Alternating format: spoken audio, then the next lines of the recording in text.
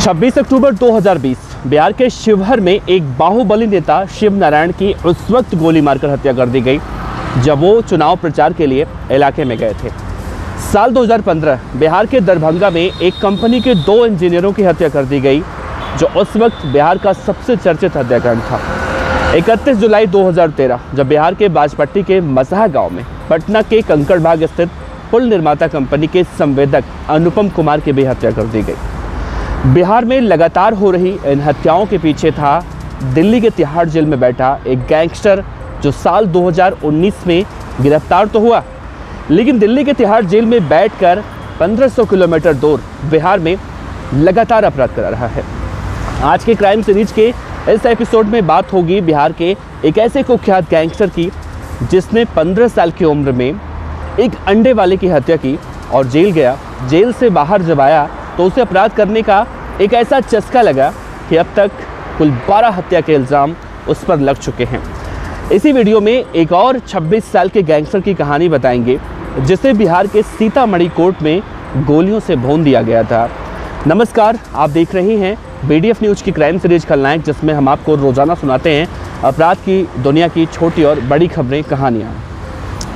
तो इस वीडियो की शुरुआत करें तो उससे पहले एक सवाल हम आपसे पूछें कि अगर हम आपसे ये सवाल करें कि एक 27 साल का लड़का अपने जीवन में क्या कर रहा होता है, तो आप शायद ये कहेंगे कि नौकरी कर रहा होगा या फिर पढ़ाई कर रहा होगा या फिर अपना पारिवारिक जीवन शुरू करने की प्लानिंग कर रहा होगा। इस आसान से सवाल के कई साधारण जवाब हो सकते हैं, लेकिन जिस 27 साल के लड़के की कहानी हम आज के इस वीडियो में बताने जा रहे हैं, जो 27 साल की उम्र में gangster, sharp shooter, contract killer जैसे कई आपराधिक नामों से मशहूर है, वो इस वक्त देश की सबसे सुरक्षित जेल कही जाने वाली तिहाड़ जेल में बंद है, जहां देश के एक से बढ़कर एक खूंखार अपराधी कैद हैं। जिस गैंगस्टर की आज के इस वीडियो में हम बात कर रहे हैं वो बिहार का 27 साल का कुख्यात गैंगस्टर विकास कालिया और विकास झा, जिसके खिलाफ बिहार का शायद ही कोई जिला होगा जो उसके खूनी वारदातों से अछूता रहा हो। अभी जून के महीने में गैंगस्टर विकास झा को दिल्ली के तिहाड़ जेल से बिहार लाया गया, तो उस वक्त पूरे बिहार में इस बात की चर्चा हो रही थी कि अब तो बिहार में गैंग वॉर होगा, इसकी आशंका जताई जा रही थी। उसे देखते हुए पुलिस ने फुर्ती दिखाई। विकास कालिया जैसे ही बिहार के सीतामढ़ी जंक्शन रेलवे स्टेशन पर उतरा, उसके ठाट बाट उस वक्त देखने लायक थे। आंखों पर काला चश्मा पहना हुआ था। आगे पीछे पुलिस कर्मियों के बीच विकास कालिया, उसके तेवर किसी फिल्मी विलन से कम नहीं थे। स्टेशन से थाने तक चप्पे चप्पे पर पुलिस मुस्तैद थी। एक दिन उसे थाने में रखा गया और अगले दिन शिवहर कोर्ट में उसे पेश किया गया और उसी रात उसे वापस दिल्ली के तिहाड़ जेल के लिए रवाना कर दिया गया, क्योंकि वहां पर गैंग वॉर का खतरा था। विकास झा उर्फ कालिया वापस दिल्ली के तिहाड़ जेल तो चला गया, लेकिन क्राइम वर्ल्ड में उसके अपराध के किस्से एक बार फिर से ताज़ा हो चुके हैं। विकास झा बेहद कम उम्र में जराइम की दुनिया में अगर कहा जाए बड़ा नाम स्थापित किया तो शायद गलत नहीं होगा। विकास झा से विकास झा कालिया बनने की उसकी जो कहानी है बहुत डराने वाली है। विकास झा मूल रूप से सीतामढ़ी के बनहा थाना इलाके के बथनाहा पूर्वी टोला का रहने वाला है। 4 भाई बहनों में वो सबसे बड़ा था और इकलौता भाई है। वर्तमान में उसके ऊपर 2 दर्जन से ज़्यादा हत्याकांड के केस दर्ज हैं। साल 2015 में बिहार के दरभंगा के बहेड़ी में डबल इंजीनियर हत्याकांड के बाद वो सुर्खियों में आया और उसके बाद उसका नाम दहशत लगातार बढ़ता गया। वैसे तो 15 साल की उम्र में ही वो अपने गांव के एक अंडा का व्यापार करने वाले सुरेश महतो की हत्या करके अपराध की तरफ उन्मुख हो चुका था। वो तब गांव में मोबाइल फ़ोन बनाने का काम करता था और पैसे के विवाद में उसने अंडे वाले को मौत के घाट उतार दिया था।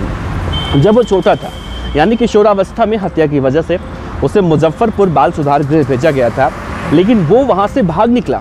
विकास झा का नाम गैंगस्टर संतोष झा की वजह से बहुत ज़्यादा मशहूर हुआ है। संतोष झा दरअसल नॉर्थ लिबरेशन आर्मी का चीफ था, उसकी गैंग थी। कालिया ने उसकी गैंग के लिए काम करते हुए नाम और पैसे दोनों कमाए। 90 के दशक में संतोष झा उत्तर बिहार का सबसे कुख्यात गैंगस्टर था। उसके गैंग का मुख्य निशाना सरकारी ठेकेदार, बिल्डर और इंजीनियर हुआ करते थे। कोई भी सरकारी प्रोजेक्ट जब शुरू होता, जैसे ही निर्माण साइट पर संतोष झा का पर्चा फेंका जाता, काम शुरू करने के एवज में उस वक्त करोड़ों रुपए की रंगदारी वसूली जाती और जब मांग पूरी नहीं होती, जो व्यक्ति मांग पूरी नहीं करता, उसे दिन दहाड़े गोलियों से भून दिया जाता। संतोष झा की गैंग में विकास झा को 5,000 रुपये महीने मिलने लगे। विकास झा संतोष झा का बहुत खास आदमी बन चुका था।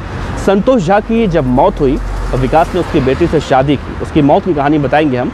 बाद में उसने बेलसंड के मारण घाट के पास एक पुल निर्माता कंपनी के प्रोजेक्ट मैनेजर को उस वक्त लखनऊ में गोली मारकर हत्या कर दी और इसमें उसने लाइनर का काम किया था। इस वारदात के बाद संगठन में विकास कालिया का कद और पैसा दोनों बढ़ता गया। अब उसे बतौर महीने 10,000 रुपये मिलने लगे। इसके बाद विकास झा कालिया के नाम से कुख्यात हो गया। वो संतोष झा की गैंग में युवा पीढ़ी को शामिल करने में लग गया और इसमें उसे लगातार सफलता भी मिल रही थी। इस तरह से वो एक एक करके बिहार में बड़ी बड़ी वारदातों को लगातार अंजाम दिया करता और इसी क्रम में उसने विश्वनाथपुर में बदमाश धर्मनाथ यादव पर जानलेवा हमला भी किया था, जिसमें धर्मा नाम का बदमाश उस वक्त बच गया था। कहा जाता है कि जेल में जब बंद था धर्मा, तो उस दौरान संतोष झा के गैंग के बदमाशों के साथ उसने मारपीट की थी, इसीलिए विकास झा ने धर्मा यादव पर गोली चलाई थी। विकास झा को मामूली अपराधी से शार्प शूटर बनने में देर नहीं लगी।